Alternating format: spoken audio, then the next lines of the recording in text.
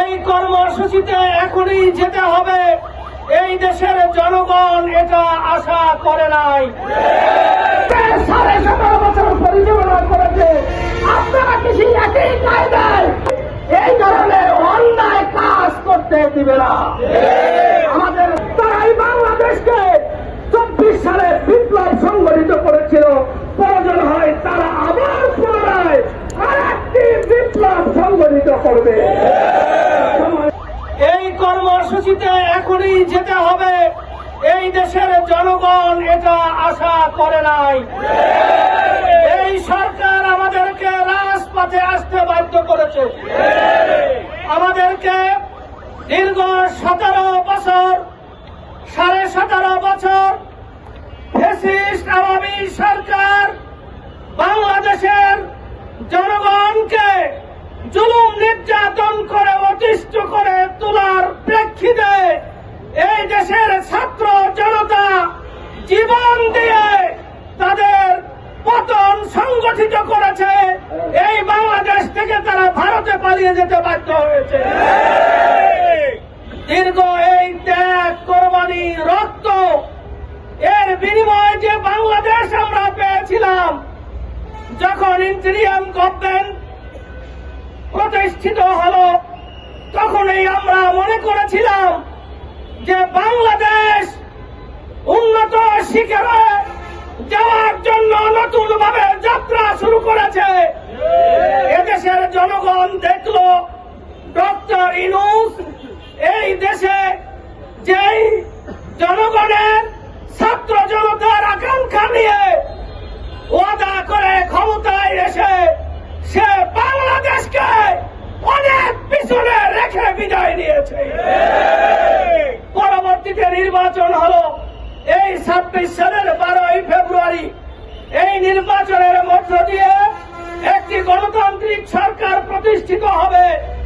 এই সরকার বাংলাদেশকে নতুন ভাবে যাত্রা শুরু করে বাংলাদেশ এমন একটি সুখী সমৃদ্ধ রাষ্ট্র কায়েম হবে, এদেশের জনগণ এই সরকারের কাছে আশা করেছিল। তারা ক্ষমতায় আসার পর এদেশের জনগণ কি দেখতে পেল?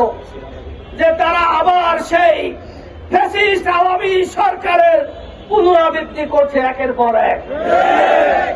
আমরা আশ্চর্য হয়ে যাই।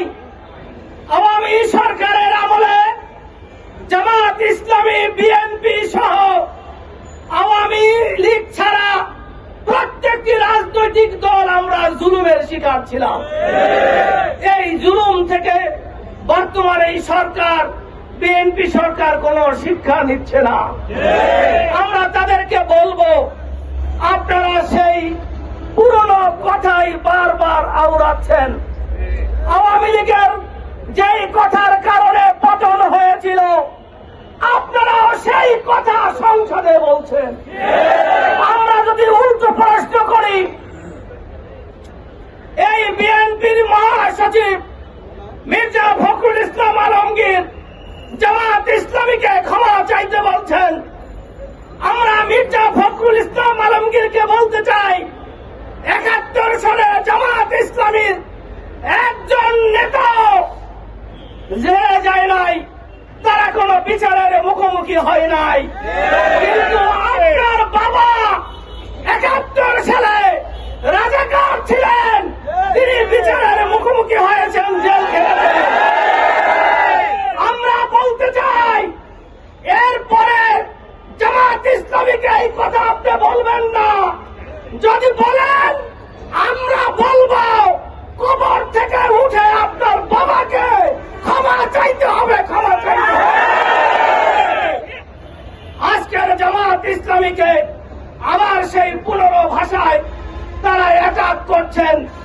আমাদের কাছে কিন্তু উত্তর আছে। আমরা কোন ধরনের অশান্তি বাংলাদেশে চাই না। সুতরাং আপনারা পাওয়ারে আছেন, এদেশের জনগণের অধিকার প্রতিষ্ঠার জন্য আপনারা কাজ করবেন। 24 সালের জুলাই যারা জীবন দিয়ে